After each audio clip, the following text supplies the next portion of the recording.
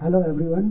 आज हम लोग एक बहुत ही इंटरेस्टिंग टॉपिक पर बात करने वाले हैं और यह टॉपिक न्यूज़ में भी है। कल्पना कीजिए कि आप यूपीएससी के प्रिलिमिनरी का एग्जामिनेशन दे रहे हैं और आपके पास यह प्रश्न पूछा जाता है कि क्या लोकसभा के स्पीकर के विरुद्ध नो कॉन्फिडेंस का मोशन लाया जा सकता है, और आपके पास दो ऑप्शन होता है, हाँ या नहीं का। तो आप क्या मार्क करेंगे? यदि आप ट्रू पर मार्क करेंगे या हाँ पर मार्क करते हैं तो आपके 0.66 मार्क्स कट जाएंगे। वास्तव में स्पीकर को हटाने की जो प्रक्रिया है हमारे संविधान में, उसके अंतर्गत आर्टिकल 94C में यह लिखा गया है, वह है resolution for removal of speaker. No confidence motion का चर्चा इसमें नहीं की गई है। चलिए, सिविल सर्विसेज पल्स में आप सभी का स्वागत है। आज हम लोग एक इंडियन पॉलिटी के मैसिव मिसकंसेप्शन को दूर करने का प्रयास करेंगे, और इसलिए वीडियो को शुरू से लेकर आखिर तक देखें तो आपकी समझ बनेगी। हम लोग सही संविधान की प्रक्रिया जिसका पालन करके लोकसभा के स्पीकर को हटाया जा सकता है, उस संबंध में बातचीत करेंगे। इसका रेफरेंस हमने किया आर्टिकल 94C, जिसमें कि कहा गया है कि एक रेजोल्यूशन पास करना होगा लोकसभा में। चलिए, इस पर हम लोग विस्तृत चर्चा करते हैं। सर्वप्रथम, संविधान में स्पीकर को हटाने के लिए नो कॉन्फिडेंस मोशन शब्द का प्रयोग नहीं किया गया है। इस टर्मिनोलॉजी का इस्तेमाल केवल प्राइम मिनिस्टर और काउंसिल ऑफ मिनिस्टर्स, जो कि आर्टिकल 75 में जिसका प्रावधान किया गया है, के लिए उसको हटाने के लिए ही नो कॉन्फिडेंस मोशन लाया जाता है। स्पीकर को हटाने के लिए भारत के संविधान में आर्टिकल 94C में प्रावधान किया गया है। पार्लियामेंट को एक रेजोल्यूशन फॉर रिमूवल पास करना होता है। उसके बाद यदि यह मोशन पास हो जाता है तो स्पीकर को अपना प्रत्याग करना पड़ता है। अब हम लोग समझेंगे कि क्या प्रक्रिया है जिसके तहत स्पीकर को हटाया जाता है। पहले स्टेप में सूचना दी जाती है सदस्यों को, कम से कम 14 दिन पूर्व लिखित में सूचना देना होता है, जिसमें कि उनकी मंशा स्पीकर को हटाने के लिए होती है, और इस संबंध में एक प्रस्ताव लाने की बात कही जाती है। ऐसा लिखित प्रस्ताव सीधे लोकसभा के महासचिव के पास जाता है। दूसरे स्टेप में 14 दिनों, जिसे कि ग्रांटिंग लीव कहा जाता है, इसके अंतर्गत 14 दिनों के बाद इस प्रकार का मोशन लिस्ट ऑफ बिजनेस में आता है।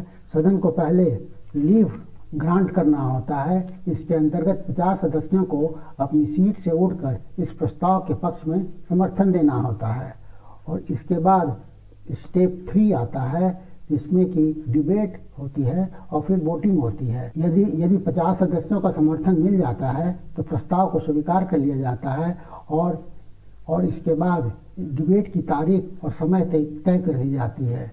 लेकिन इस पर चर्चा पूरी तरह से नोटिस में दिए गए आरोपों के इर्द गिर्द ही होनी होती है। इसमें किसी भी तरह का डिविएशन नहीं किया जा सकता है। स्पीकर को हटाने के लिए बहुमत की जरूरत होती है, लेकिन बहुमत 3 तरह के होते हैं: साधारण बहुमत, पूर्ण बहुमत और विशेष बहुमत। वोटिंग सबसे महत्वपूर्ण पार्ट पूरी प्रक्रिया का है। कितने वोट की जरूरत होती है? साधारण बहुमत की जरूरत स्पीकर को हटाने के लिए नहीं होती है।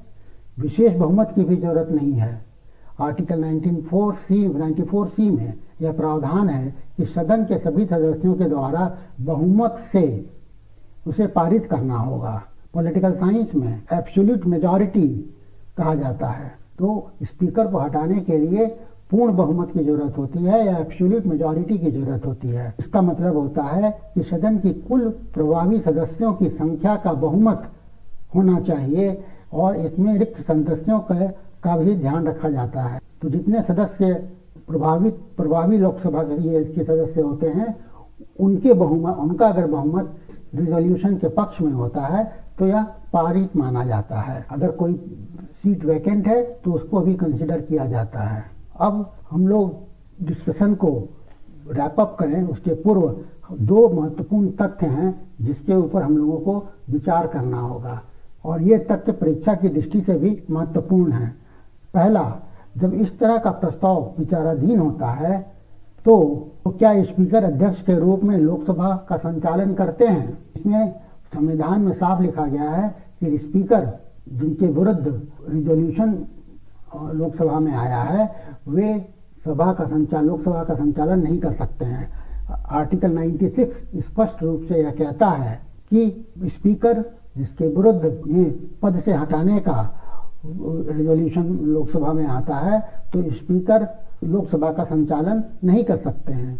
और दूसरा इम्पॉर्टेंट तथ्य है कि क्या स्पीकर इस रिजोल्यूशन पर वोट कर सकता है, तो इसका उत्तर है कि हाँ, वह वोट कर सकता है फर्स्ट इंस्टेंस में साधारण सदस्य के रूप में, पर टाई होने की स्थिति में उसके पास कास्टिंग वोट नहीं होगा जो कि नॉर्मली उसके पास होता है।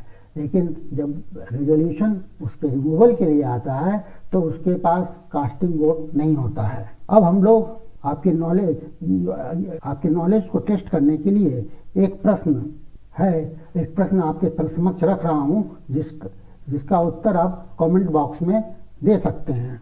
क्या स्वतंत्र भारत में किसी लोकसभा के स्पीकर के विरुद्ध प्रस्ताव के द्वारा उन्हें हटाया गया है? और दूसरा, वैसे लोकसभा स्पीकर का नाम बताएं जिनके विरुद्ध इस तरह का प्रस्ताव लोकसभा में आया है। और इसी के साथ मैं इस वीडियो को यहाँ समाप्त करूँगा।